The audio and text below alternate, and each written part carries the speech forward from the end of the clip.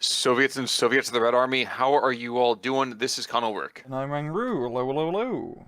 And folks, we promised you on Tuesday we'd be back with another terrible twosome, fighting another terrible tantrum twosome, and we will deliver. Today on Slutsk, we have ourselves another terrible divisions tournament, 2v2, task to, I don't know, this replay. I mean, like, I wish I could give you another kind of T word there.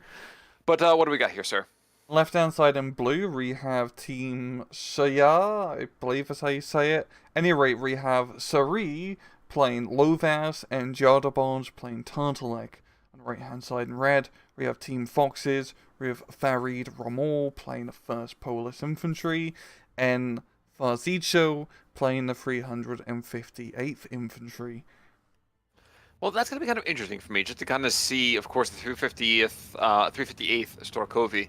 I'm actually kind of inspired and surprised at the same time to see that we have 4 AAA technicals out already so early in this game. I mean, it's not a crazy investment, but it's just a surprising one, you know? It is, because they're not even like the 50 cal ones. You can't really do that much of them, especially in the down south where it's just a long range engagement.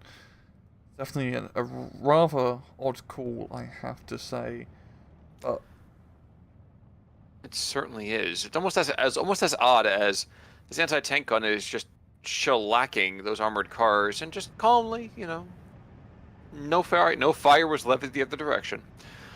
Up to the north, we actually have a platoon of H-39s being moved on forward. Again, those are the Panther H-39s, the French variant, basically the captured Boyds of Material. Expect that those brave souls will meet their end in much the same way as some of their brethren did on Tuesday. yeah, they're not great tanks. I mean, it must have been an absolute crap job being given a French tank from the 30s, and even just having to go up against his T-34-76s is not an ideal matchup. No, not by any stretch of the imagination. But, and one thing I was actually going to check out, I forgot to do just before we really got started, we are seeing that the Hungarian Air Force shall be well represented today, I believe. Up, we do have the Proto coming in, going for a Proto strike on a T-34. Bit of And gonna anti-air. get shut down, protoed pretty quick. Yep, there we go. Oh, he took 2 guys with him. Yeah, I mean, flying propellers of death, I'm sure he... But, yeah, I mean, getting an early airplane kill here is definitely worthwhile, especially since that ME-210 is the only one of its kind, courtesy of being a prototype, of course. But trading it out for a single vehicle, not sure I like that very much. Yeah, it was not a run-of-fall trade at all. I don't think he was expecting the anti-aircraft, especially it being right on top of the vehicle, because it makes it very effective when you only have to shoot a plane that's 200 meters away from you. Yeah, yeah. One of those things that kind of helps is when the target goes straight at you. Mm-hmm. ZIS-3s and 82 mils, though, are going to start engaging the 80 Mike over, what was that, Yardabaj? Just or Chevrys? No, it's Yardabaj, okay. So,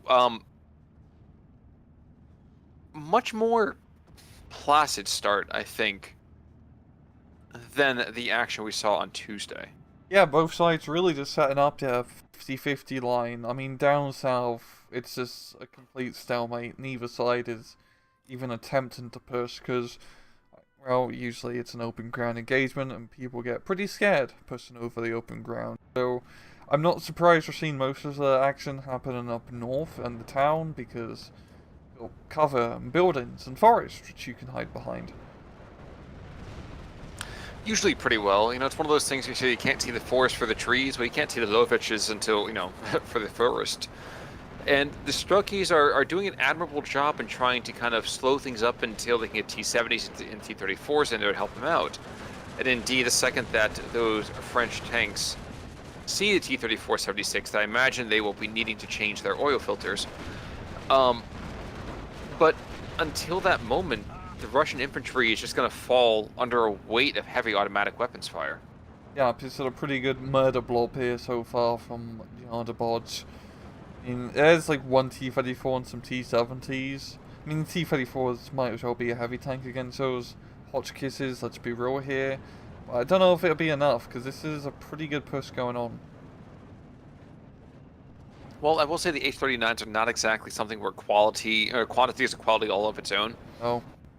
No, this is more like I don't know what you have it up there in Canada, but no, the H-39s are kind of like when you have that 5-cent rebate, but you have to drive to Michigan to get it, kind of thing for recycling. It's nice, but like you don't really get it unless you're actually going to take the stuff to the store. So like, why does it really matter, you know? Yeah. But now that my rather obscure metaphor is out of the way, we are actually seeing more artillery fire being levied down over here from Scherjar, and I actually love seeing just multiple batteries being set up. And they're all aiming for this kind of central position. So not going to get a huge number of targets attacked. I mean, they take out one Zis gun right there. But I love having the opportunity to say, okay, you know what? Make it dead. Yeah. And having some material on hand to make sure that actually does happen. Yeah, and they're very interesting artillery pieces, those M05s, M05s I should say, because they're only 45 points. They're really cheap. They're not great per se, because it's literal roll draw on artillery firepower here, but it still makes high explosives, and more importantly, you can drop smoke munitions with them. I hope we see some goddamn smoke play. True. Smoke them if you got them, right? Yeah. Now, the thing I actually like kind of seeing as well is that they both come in the artillery variant as well as the kind of more direct fire like IG-18 kind of variant. I see 3 of them actually being moved forward right now. Unfortunately, they are headed right into a barrage that I think is aiming desperately for the 80 mil anti-aircraft gun, which is just going to be a constant source of frustration, I'm sure, for our Scherjar team over here on the western side. Yeah. We just got the blob of, Hungarians here. I mean, just got a lot of, like, sort of Panzer Shreks. I was gonna say Faust, yeah. But both sides have been, like, I'm surprised of how defensive both sides are being, really.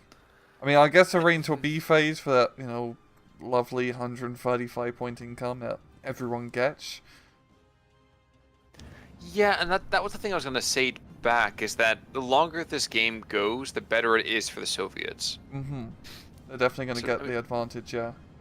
Exactly. Yeah. Exactly. Right now, you are seeing an attack being called. And I wonder if we're going to see artillery coming in that direction. Not just yet, but an attack beacon has been marked. So expect to see a push happen there within the next couple of minutes. And indeed, we're seeing the beginnings of an attack happen already. T-70's been moved forward, T-3476s. But he doesn't realize just the sheer number of Shreks that are in this forest. Yeah, but 1 or 2 of them is going to get exposed from the stroke keys here. The Hotchkisses are trying to maneuver around to get some shots off. I think they're trying to draw in the Soviet tanks. Yeah. Because the close range of Hotchkisses have a chance. Not a great chance, but it's a chance. Oh, exactly. Exactly. And actually, here's a Focke-Wulf, the F, 190 coming on in, dropping, 400 kilograms of bombs on one Strokey squad. Yes, he levels half the city block to do it, but he gets the desired result eventually. Yeah, and that's going to give Jardabot the ability to get his infantry into the town complex. And his infantry, unlike Tuesday's match, the Axis actually have anti-tank on him. So the T-34s will have to beware. Indeed. And I mean, this is the thing that you and I are going to endlessly kind of go on about, I'm sure, every single time we see an Axis division is, does the infantry have AT? Yeah, it's such a huge, like, it makes or breaks some matches, I feel like, and having the ability to throw anti-tank grenades.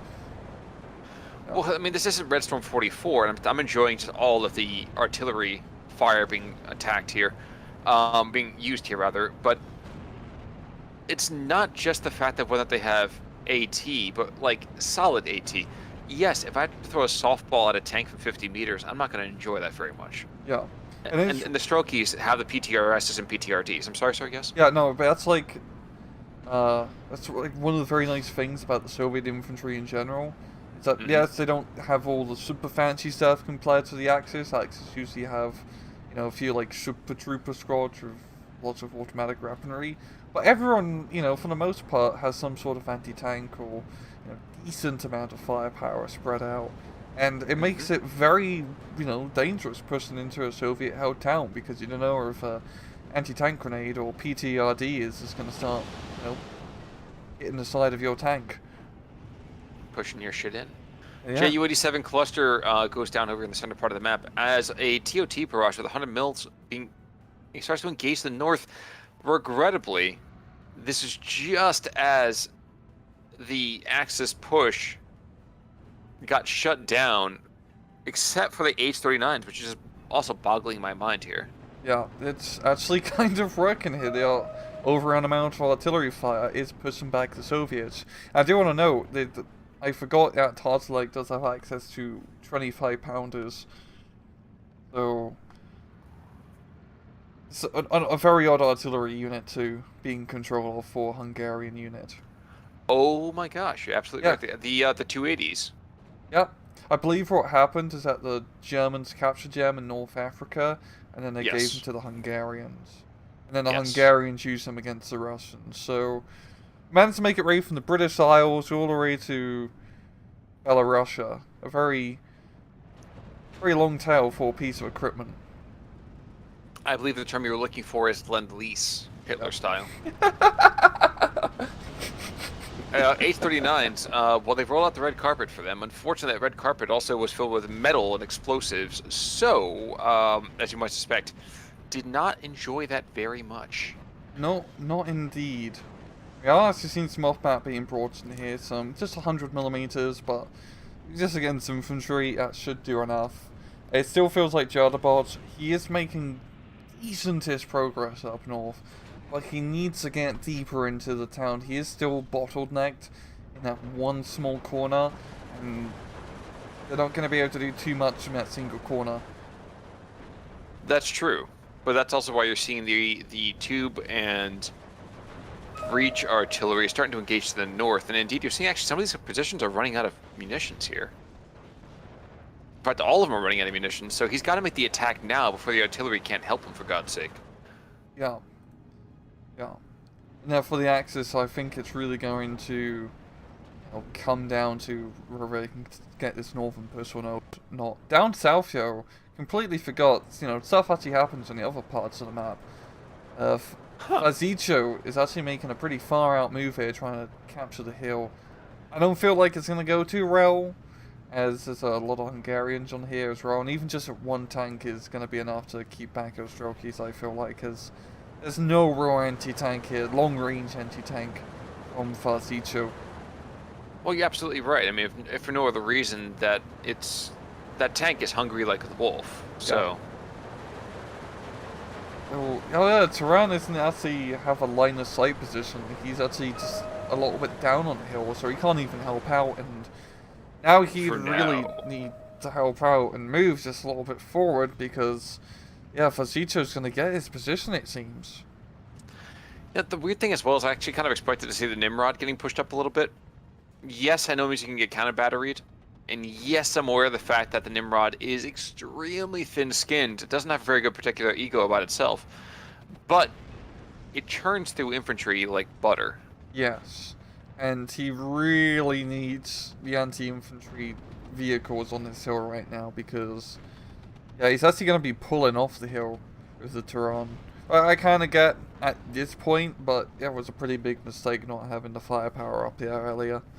He's pulling it off for the second, and then actually also the Kashba, I'm going to call this the 39M, is pretending to be starting interested about going back up the hillside. So I think what's going to happen, the Husaroks is going to bring them in first, so that way they're focusing their fire from the AI perspective on the infantry, and then I'll bring the Turan back in. Yeah. It's got a lot Now, of Turans being brought in, and that should help out.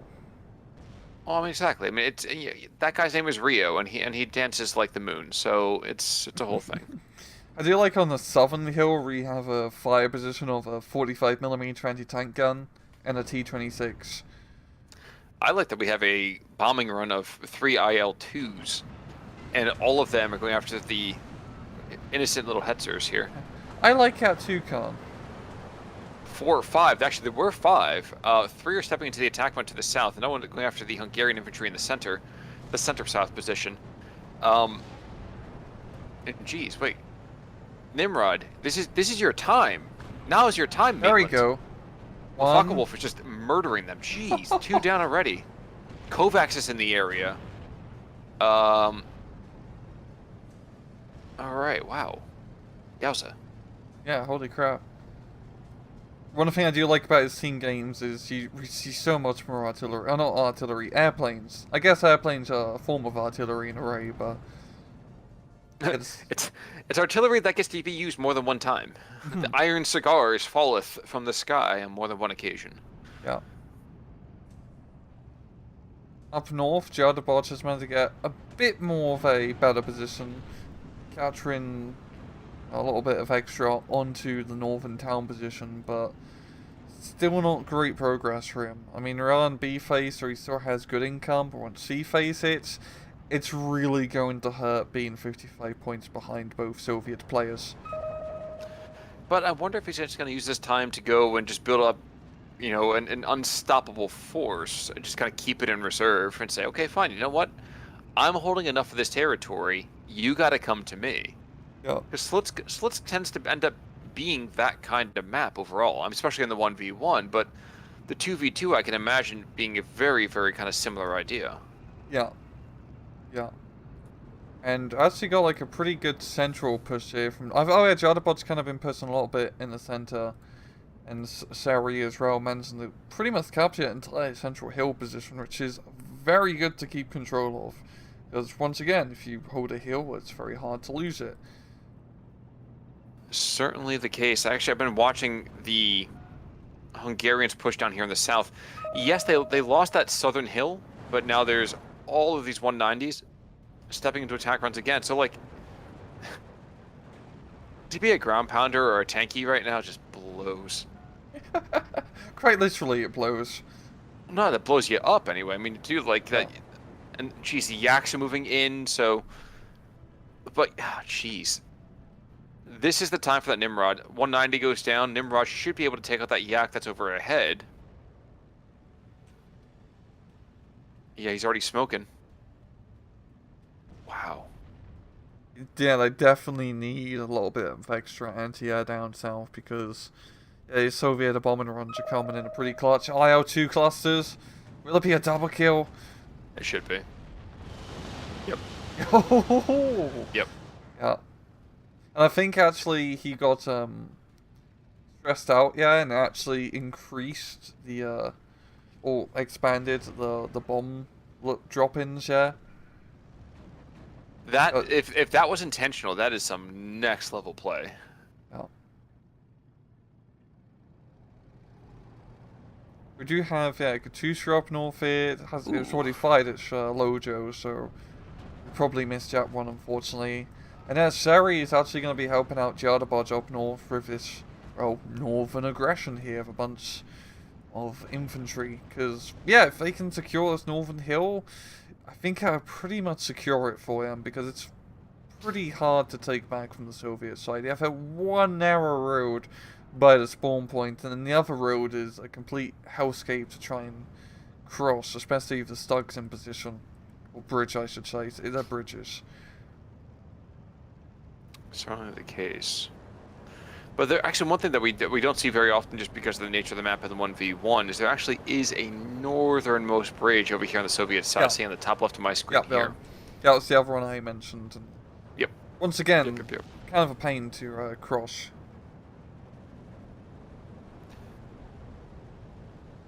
I'm sorry, I'm watching this platoon of Stugs slowly dominate, and I feel like these T-34Es. I don't know that the Soviets can resist this. They're going to go and make this a very, very painful take, but it's not going to be enough. Yeah. One of the IL-2s dropping his bomb load and gets 1 kill, but sorry, the Stug, I'll lose 3 or 4 Stugs if I take out your positions, because the Stugs at the end of the day, while they are very, very valuable pieces of equipment, I can get more, man. I can get more. We have a boatload of them. Exactly. Yeah. the reserve bank account of Stugs. The Swiss run it. ISU 122 down to the south. This is gonna be terrifying for the Terrans. Oh yeah. But there's an 80 mil that's already engaging it. I didn't even think he had line of sight on it. Does the 80 mil have? It has like decent yeah. penetration. I don't think Yeah, he's gonna get. It has a hit. theoretical penetration power. Yeah. Yeah. It can theoretically blow up the ISU, but the ISU can practically blow up the 80mm if it reloads, which takes a hell of a long time. True, but it's a hell of a way to die to a Hungarian anti-air piece. Yeah. It's not even a Flak 88, it's not even, it's powerful, man. He goes up and there's Comrade Lenin there at the pearly gates of communism going, and how did you die, comrade? Hungarians. Hungarian POS. Ah, to capitalist hell with you. I'm sorry. Hey, wasn't they the atheist, Joe? No, Comrade Lenin runs heaven. That's it's oh. by, yes, and actually, when they send him to hell, that's where Trotsky is. So,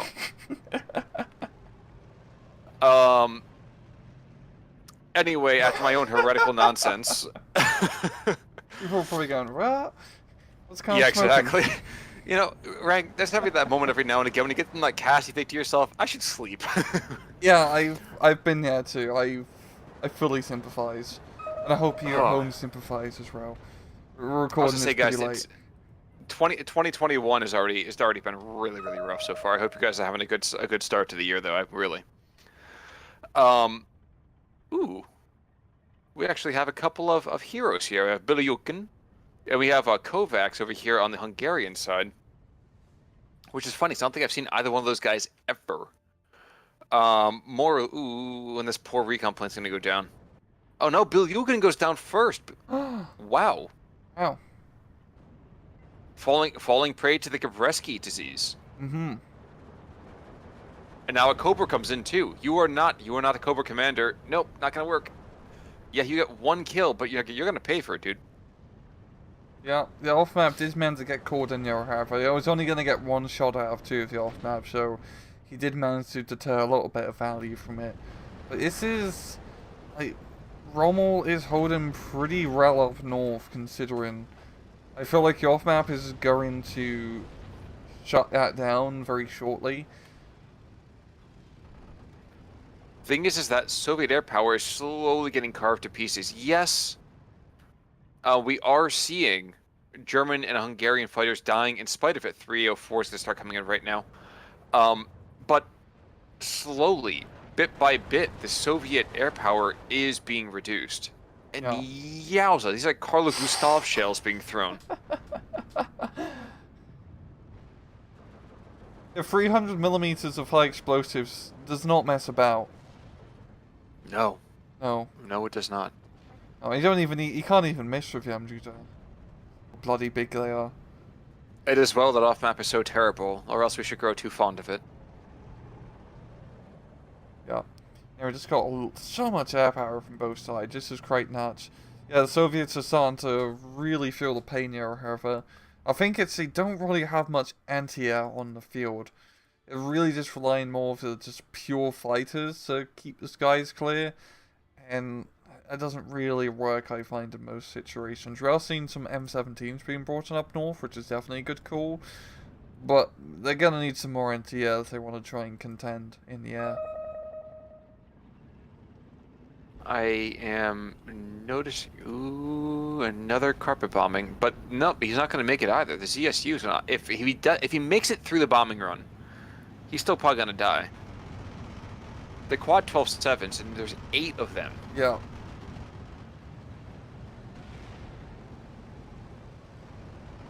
And an IL-2 come back the other direction.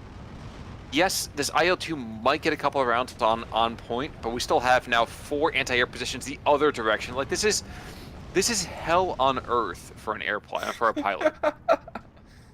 Yeah, if there's so much flak you can on.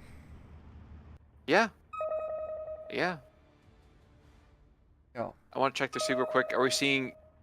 Okay, so we have supply trucks being moved on in, and I think it's because they're desperate to get these artillery pieces back up and running, which I completely agree with. They've been fallow for way too long. 25 pounders as well. They're trying to locate and kill the anti-air positions. Unfortunately for them, they're aiming in the wrong zip code.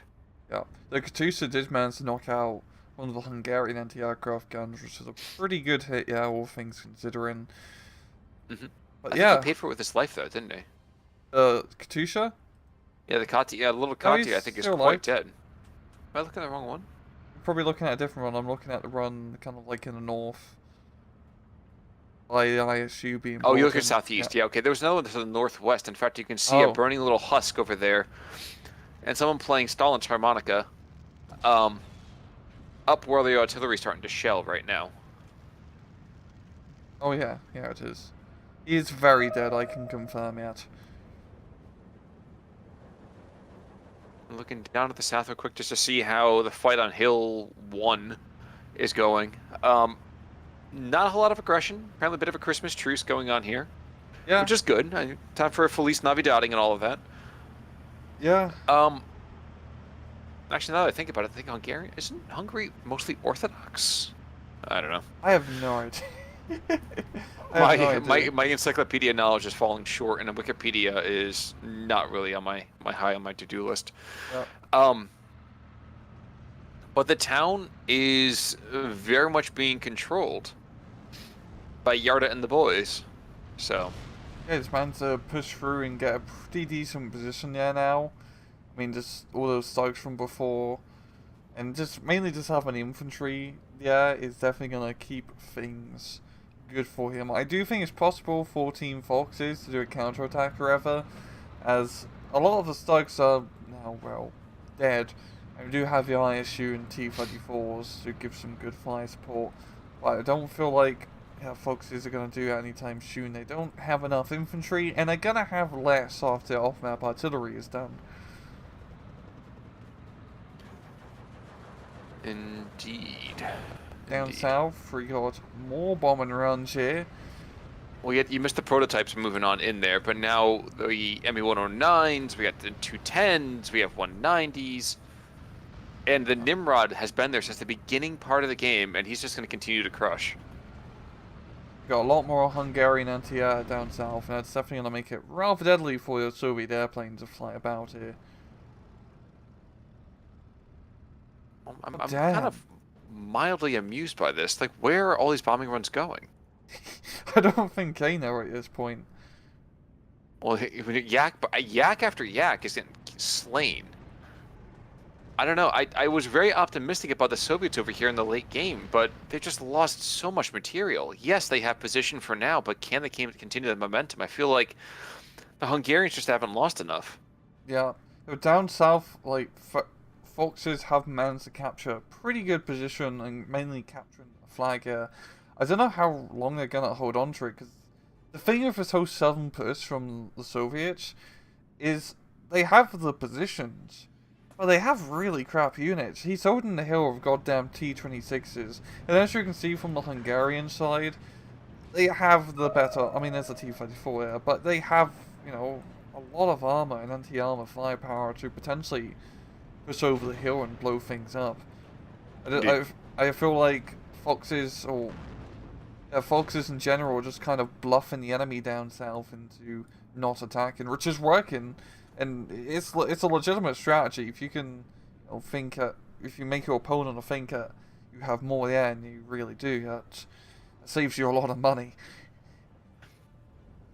I think, though, that the only reason that some of the Hungarians, like in the center, haven't pushed further to the east is that there's been no need to. Yeah. Why give up a nice, solid potential defensive position? In the center position, it makes sense. I was talking about the far southern hill.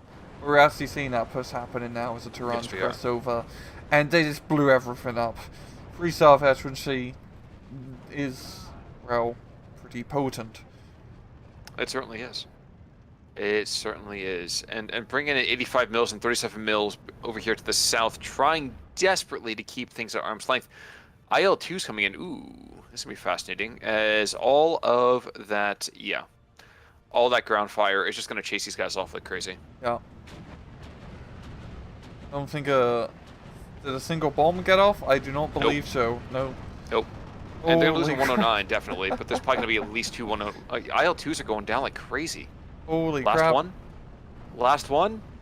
Yeah, each one of those, the 190s, Oh. 109, everyone bagged to kill.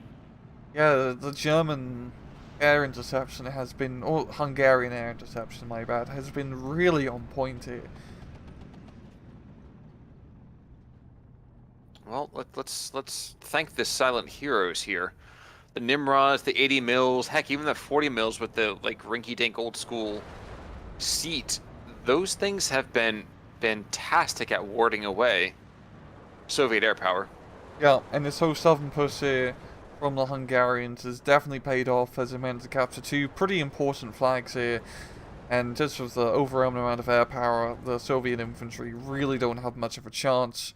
It's really gonna, like, the only thing really keeping the Soviets in play, I mean, it's all the infantry, of course, but having the 122 far down south, I mean, there's nothing ground-wise that can reliably kill it at such a long range. Well, and that's the thing, isn't it? Also, worth kind of noting that the Nimrod still has almost 100 shells, over a little bit over 100 shells of HE left. It's been leading the charge in terms of keeping air power at bay, but let's also not forget that it's got AP shells. And the 40 mil AP shells fired quite quickly, enough to keep the T-34s a little bit more nervous about the proposition of being close. Yep, and even with the heat rockets that it has as well, I mean, those things will blow up any Soviet tank, quite literally. Absolutely. Yeah. Yeah. Yeah, we got Mortarons being brought in down south, some stews, which is nice. Just heading back up north here. It's still pretty much the same positions, all things considering. Sherry, actually supporting a bit up north as well. Trying to make a push here with some Terrans, but I don't feel like the Hungarians are going to make any more major progress up north. The Soviets just have a pretty good defensive position on that little bit of hill they have left. Certainly for now, if nothing else.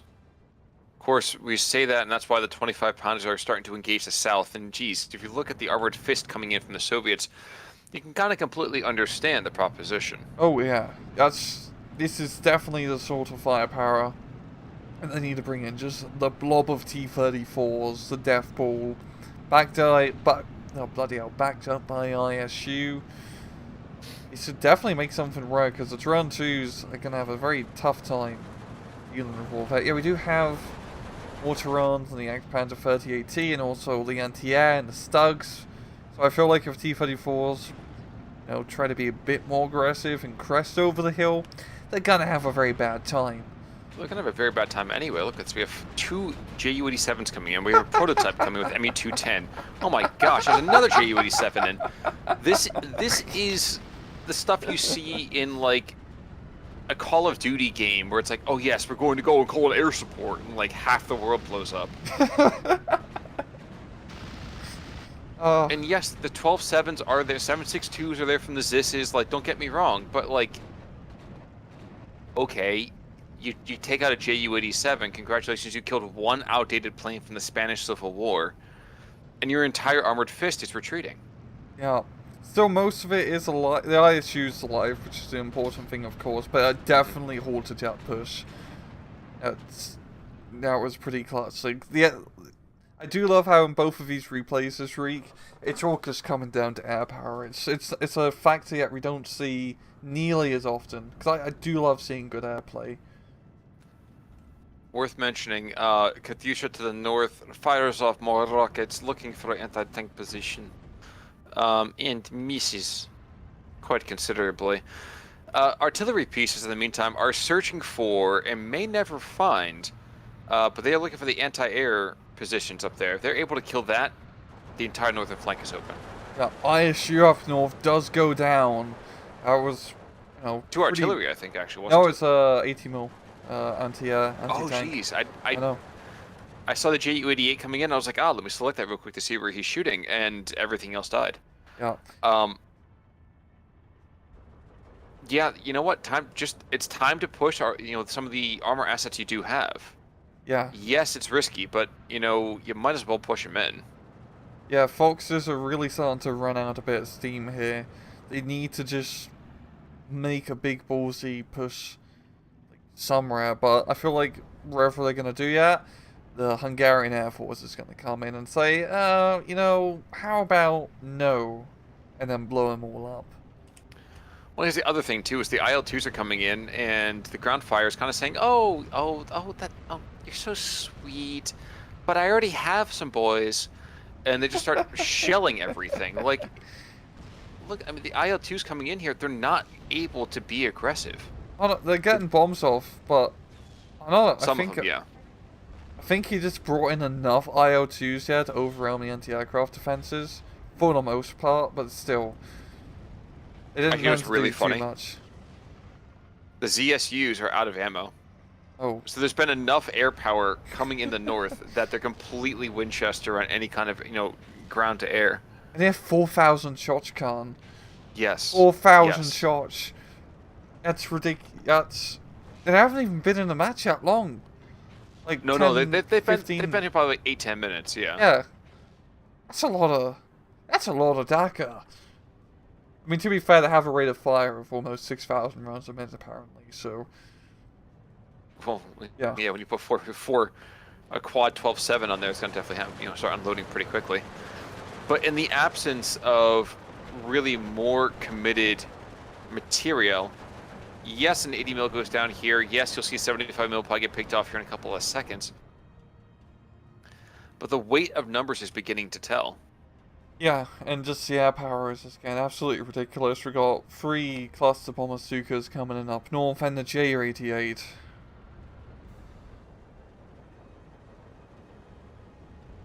And another 305 off map. Yeah. Yeah, it's just slowly the Soviets are getting pushed in up north, and it's just, well, once they capture that flag, I think that's pretty much it, and they're pretty close to capturing that final, it's not the final flag of the map, but it feels like it's going to be the final flag of the match. JU-87 taken? Oh, I thought JU-87 was going to crash on top of Oh. that Soviet stuff to the north. That'd been beautiful. But a lot of ground material here. That northern reinforcement push, that's dead. Yeah. And just in case you thought it was possible to have more stuff going in, the prototypes, another 305, another couple 210s, like, you know, this is the end of an action movie when you're like, we're going to take the fight to the aliens. And you have, like, Chinooks and, like, Apaches and, like, a movie that's set in, like, 2200 AD or some nonsense.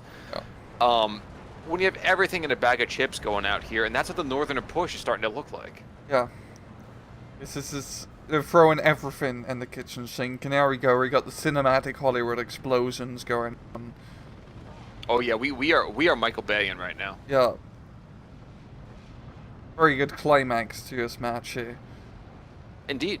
Indeed. And I mean, it's been one of those things that I did not expect this kind of play to be quite as devastating as it was.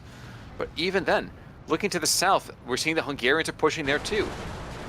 1,000 kilograms of bombs going out, looking for the ISU 122. I don't know if he's going to get a kill per se, but he does definitely take out a tank adjacent to it.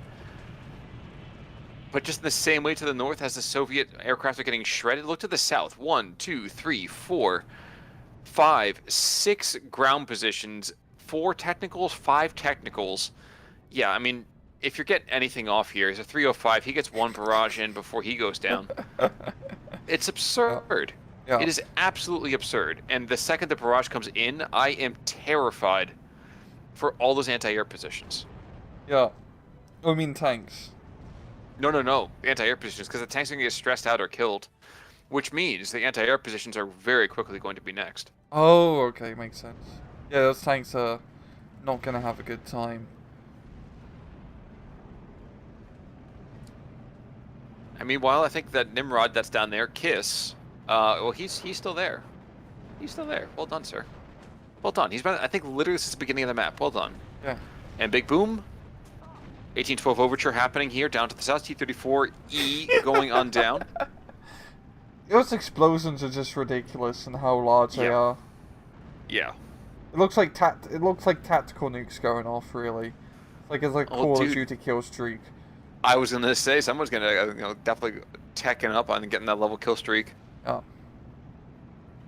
Yeah, we got the +2 advantage here for, or +2 bleed for the Soviets, I should put it like that, with only 5 minutes left to go. Yeah, the Persians just... yeah, they're pretty much lost. That's what I can really be said. And the funny thing is, a lot of this is being accomplished by rather weak material. Yes. This is POS armor coming through. This is a Hetzer. I thought a Hetzer used to be a really great tank. No, no, by God name, no. Like even as a tank destroyer, it was rather underpowered. But like, this is chasing off the bread and butter of the Soviet tank forces. Yeah, it's working pretty well. I think it really just comes down to the air power, all things considering, because the Hungarian ground force game is not great per se, especially when up against T-34s and ISUs, of course. But just being able to blow them up from the sky and good use of artillery, and also the Hungarians do have pretty good infantry as well. I think that pretty much seals the deal. But mainly air power. It's just been fantastic airplay. Yeah, I had one more kind of metaphor just come to mind here. It's very much the apocalypse now kind of thing, or like, I said I love the smell of napalm in the morning. Mm-hmm. But yeah, the foxes scurry back to their barrows, and meanwhile the Hungarians hungry for more. So Yeah. really, really well done. Yeah, KD. Kill-wise though, IL-2s, 4 ground kills. Another Armada taking off 4 ground kills. Terrans, yes, but still 4 ground kills. Losses, though, I can imagine losses being quite devastating. No, shockingly enough, at least from Yardaboj, and talking about Farid Rommel anyway, not quite losing out to some crazy, crazy material. Yeah, nothing really much. In terms of what we can see, we're only seeing like half the picture here, due to just how the kills and losses work in a 2v2 replay. But yeah, that was like a pretty devastating match. Just looking at like the proper KD and team stats, like the Hungarians or teams Scherjar, however you say it, again, over 1,000 is difference on average over Team Foxes. Indeed. Indeed. Any final thoughts, though, sir? Airplanes are cool. They go zoom zoom and pew pew. Yeah, airplane go brr. That's right, folks. Until next time, remember to tip your waitresses if you actually do go out in the pandemic. Other than that, stay safe, stay healthy, and until next time, I'm Con Ulrich. I'm Rangaroo. Take it easy.